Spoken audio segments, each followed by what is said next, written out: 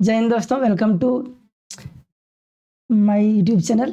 तो education magic के इस यूट्यूब चैनल पर आप सभी का मैं स्वागत करता हूं। चलिए, आज का हमारा जो वीडियो है वो है 8th क्लास का, जो हम लोग पढ़ रहे थे चैप्टर 2 यूरोपियों का आगमन। तो उसका जो हम लोग क्वेश्चन आंसर को बनाएंगे। दोस्तों, आपको प्लेलिस्ट बना दिया गया है, तो आप उसको विजिट कीजिए। वहाँ आपको पहले वीडियो आपको आप अच्छे से देखिए, उसके बाद आप क्वेश्चन आंसर को सॉल्व कीजिएगा। तो चलिए शुरू करते हैं। प्रश्न संख्या 1 बोल रहा है निम्नलिखित के जोड़े बनाएं। ठीक है, तो यहाँ हमारा इस साइड में दिया हुआ है और इस साइड में भी दिया हुआ है। इसको हमको जोड़ा में बनाना है कि कौन किससे मैच करता है। ठीक है, तो पहला है दीवानी। तो दीवानी जो है वो भू राजस्व जो है वो वसूल करने के लिए है। तो ये हो जाएगा इसका भू राजस्व वसूल करने का अधिकार। ठीक है, अगला है शेर ए मैसूर। तो शेर ए मैसूर किसको कहा जाता सर? तो टीपू सुल्तान को शेर ए मैसूर शेर ए मैसूर टीपू सुल्तान को कहा जाता था। ठीक है, अगला है फौजदारी अदालत।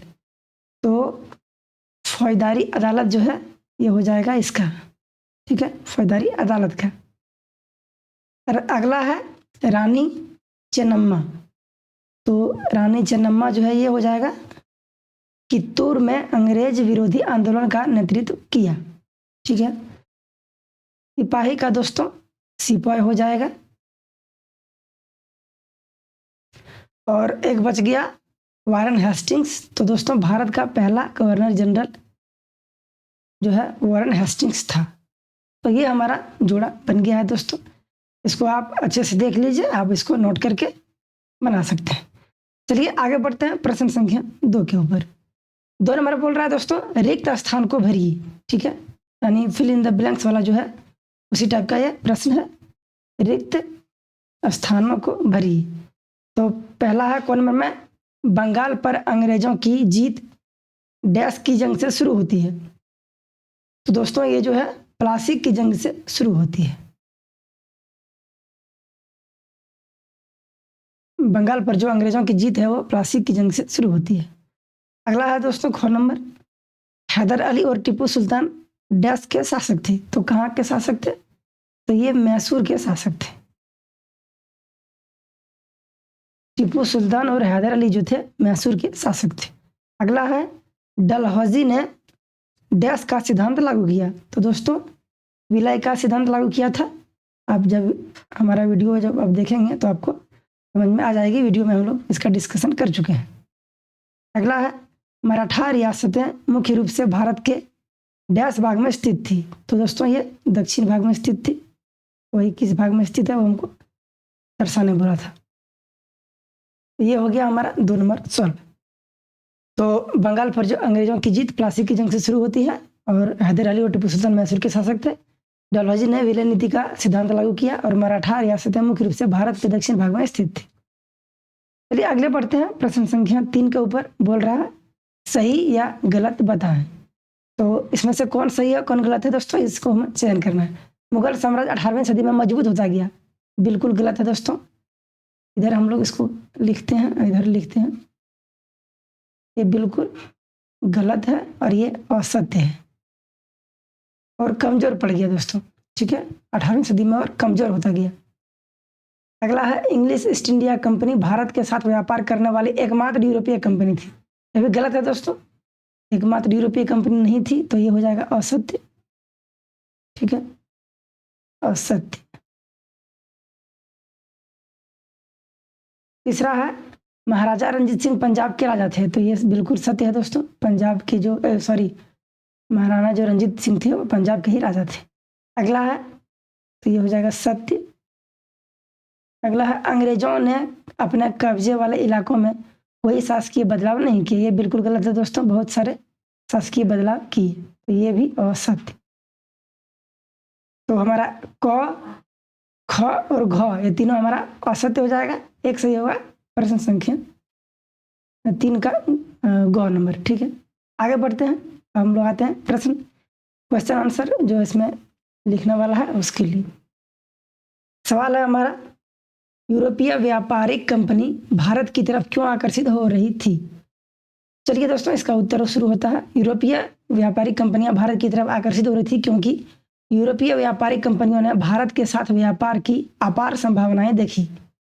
यूरोपीय देशों में भारत की कई सामग्रियों जैसे कपास, रेशम, काली मिर्च, लौंग, इलायची, दालचीनी इत्यादि की भारी मांग थी और भारत के साथ व्यापार करने से यह सारे सामान सस्ते दामों पर उपलब्ध हो जाते थे।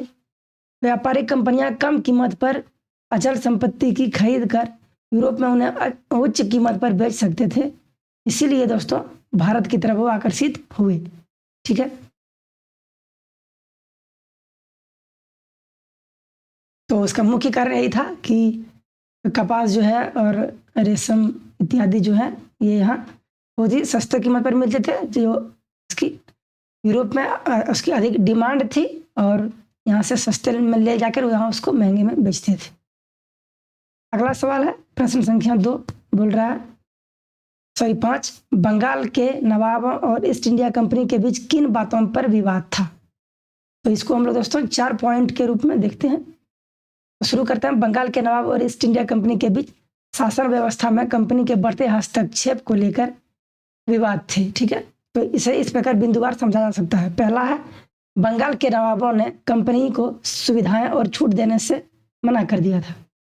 बंगाल के जो नवाब थे कंपनी को सुविधा और छूट देने से मना, जो कर से जो छूट था इत्यादि जो ये सब थे, तो उस तरह के कुछ प्रॉब्लम थे। अगला है, कंपनी की नीतियों के कारण रियासतों को आर्थिक स्थिति पर विपरीत प्रभाव पड़ रहा था। ठीक है, कंपनी की नीति के कारण जो है यहाँ की रियासतों को आर्थिक तौर पर उसका प्रभाव पड़ रहा था। अगला है, कंपनी व्यापार की आड़ में सैन्य ताकत बढ़ाने में लगी थी, जिससे नवाबों को राजनीतिक खतरे का आभास हो रहा था।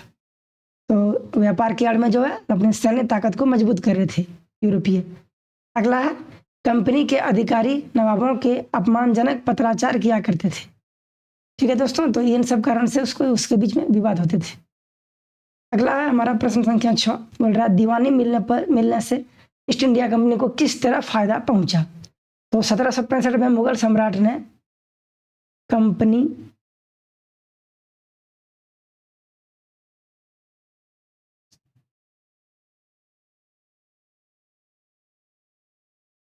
कंपनी को बंगाल प्रांत का दीवान नियुक्त कर दिया।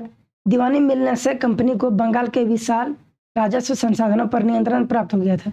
दीवानी मिलने के बाद कंपनी ब्रिटेन से सोना लाने दोनों अलग अलग हो जाएगा दोस्तों।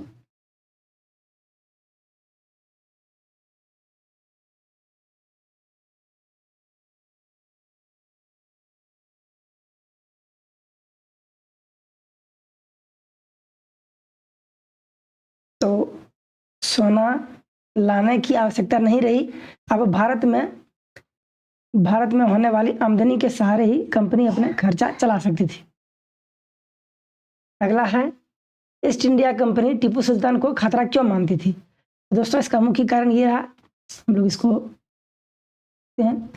हैदर अली, इनका शासनकाल जो था 1761 से 1782 और उनके विख्यात पुत्र जो थे टीपू सुल्तान, उनका शासनकाल 1782 से 99 ने मैसूर को काफ़ी ताकतवर बना दिया था। मालबार तट से होने वाले व्यापार मैसूर के नियंत्रण में था। 1785 में टीपू सुल्तान ने अपनी रियासत में पड़ने वाले बंदरगाहों से चंदन की लकड़ी, काली मिर्च, इलायची का निर्यात रोक दिया था। दोस्तों मैसूर के जो शासक थे टीपू सुल्तान बहुत ही ताकतवर थे। उनके पिता भी हैदर अली बहुत ताकतवर थे। तो मालबार तट से होने वाले व्यापार को पूरा नियंत्रण में कर लिए थे। टीपू सुल्तान ने फ्रांसीसी व्यापारियों से व्यापारिक संबंध स्थापित किए और अपनी सेना का आधुनिकीकरण किया। ठीक है, कंपनी को लगा कि मैसूर रियासत की भांति अन्य रियासतों ने भी अपनी सैन्य क्षमता को समृद्ध किया, तो इससे ईस्ट इंडिया कंपनी की राजनीतिक महत्वाकांक्षा की पूर्ति में बाधा उत्पन्न करेगी। इसलिए east India company Tipu Sultan को खतरा मानती थी। बहुत ही होशियार और मजबूत राजा था दोस्तों। अगला है, सब्सिडियरी अलायंस यानी सहायक संधि व्यवस्था की व्याख्या करें। चलिए इसको पढ़ते हैं। सब्सिडरी अलायंस यानी सहायक संधि मूल रूप से ब्रिटिश ईस्ट इंडिया कंपनी और भारतीय रियासतों के बीच एक संधि थी। इसके आधार पर भारतीय राज्यों ने अंग्रेजों के हाथों अपनी संप्रभुता जो खो दी थी। यह एक बड़ी प्रक्रिया थी जिसके कारण भारत में ब्रिटिश साम्राज्य का निर्माण हुआ। इसे 1798 से 1805 तक भारत के गवर्नर जनरल लॉर्ड वेलेस्ली द्वारा बनाया गया था। फ्रांसीसी गवर्नर जनरल जो डुप्ले हैं इस संधि के तहत भारतीय राजाओं को अपनी सेना देता था, ठीक है, और बदले में वह भारतीय राजाओं से उस सेना का किराया लेता था। बाद में अंग्रेजी ईस्ट इंडिया कंपनी के रॉबर्ट क्लाइव द्वारा फ्रांसीसी गवर्नर जनरल डुप्ले की इस नीति का प्रयोग अंग्रेजी कंपनी के लिए भी किया गया था। जब 1764 में बक्सर के युद्ध के बाद अवध के नवाब शुजा-उद-दौला के साथ अंग्रेजों ने इलाहाबाद की संधि करी थी, तो उसमें भी इसी प्रकार की शर्त रखी गई थी कि अंग्रेज अवध के नवाब शुजा-उद-दौला को अपनी सेना उनकी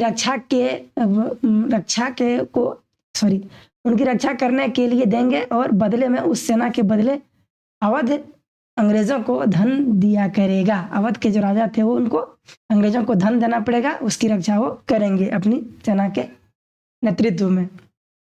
अगला सवाल है, कंपनी का शासन भारतीय राजाओं के शासन से किस तरह अलग था? तो इसको हम लोग 3-4 पॉइंट में देखते हैं।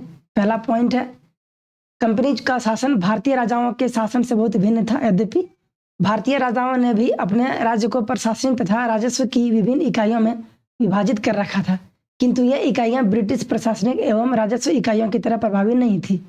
अंग्रेजों ने प्रेसिडेंसी के रूप में एक नई प्रशासनिक इकाई बनाई जिसका मुखिया गवर्नर होता था, उनसे भी ऊपर एक गवर्नर जनरल होता था। अगला, कंपनी शासन द्वारा पुलिस तथा राजस्व व्यवस्था में काफ़ी सुधार किए गए थे।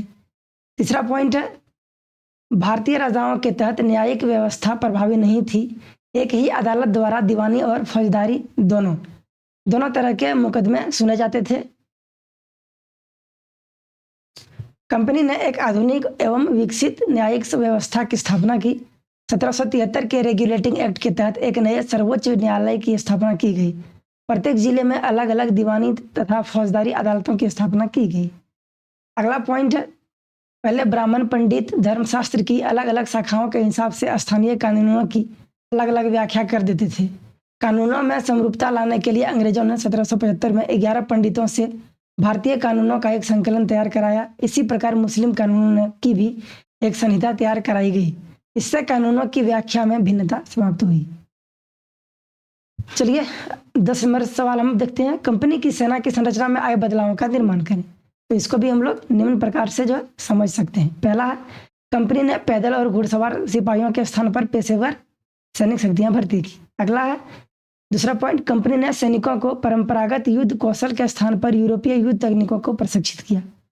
तीसरा है, कंपनी ने अपने सैनिकों को आधुनिक हथियारों से लैस किया। चौथा है, कंपनी ने सेना में यूरोपीय सैनिकों की संख्या में वृद्धि करते हुए उन्हें सेना के महत्वपूर्ण स्थान जैसे तोपखाना, शस्त्रागार इत्यादि पर तैनात किए। अगला पॉइंट है, सेना में ब्रिटिश साम्राज्य के प्रति वफादारी का भाव जगाया। दोस्तों हमारा जो 10 नंबर सवाल है वो आखिरी हमारा सवाल है। इसी तरह से हमारा पहले दोस्तों हम लोग फर्स्ट में आपको पार्ट 1 जो वीडियो मिलेगा उसमें आपको एक भाग मिलेगा इस चैप्टर का।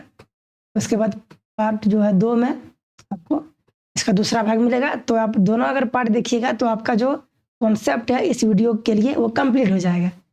अब बात आती है क्वेश्चन आंसर की। तो ये जो हमारा जो वीडियो आपको मिल रहा है तो इसमें आपको हम कंप्लीट करा रहे हैं इस चैप्टर का, चैप्टर संख्या 2, भारत में यूरोपियों का आगमन। ठीक है, तो यूरोपियों का जो आगमन है वो जो चैप्टर है इसका प्रश्न संख्या यानी क्वेश्चन एंड आंसर जो है ये हमारा सीरीज जो है इसमें कंप्लीट होता है। ठीक है दोस्तों, आपको वीडियो कैसी लगी आप हमें कमेंट करके बताइएगा। वीडियो को लाइक कीजिएगा और चैनल को सब्सक्राइब कर लीजिएगा। आप सभी का बहुत बहुत धन्यवाद। मैं उदय भारती एक बार फिर से स्वागत करता हूँ। दोस्तों हमारे चैनल का नाम है एजुकेशन मैजिक। तो इस चैनल पर आपको झारखंड बोर्ड और एनसीईआरटी के ऑल सब्जेक्ट और क्लासेस के वीडियो आपको मिल जाएंगे विथ क्वेश्चन आंसर। आपको कहीं और जाने की ज़रूरत नहीं पड़ेगी। हम आशा करते हैं कि आपको वीडियो अच्छे से समझ में आई होगी। दोस्तों हमारे चैनल का जो हैंडल है वो है JCERT8। तो चैनल को सब्सक्राइब कीजिए, वीडियो को लाइक कीजिए और मिलते हैं किसी अगले वीडियो में। तब तक के लिए धन्यवाद। Thank you so much.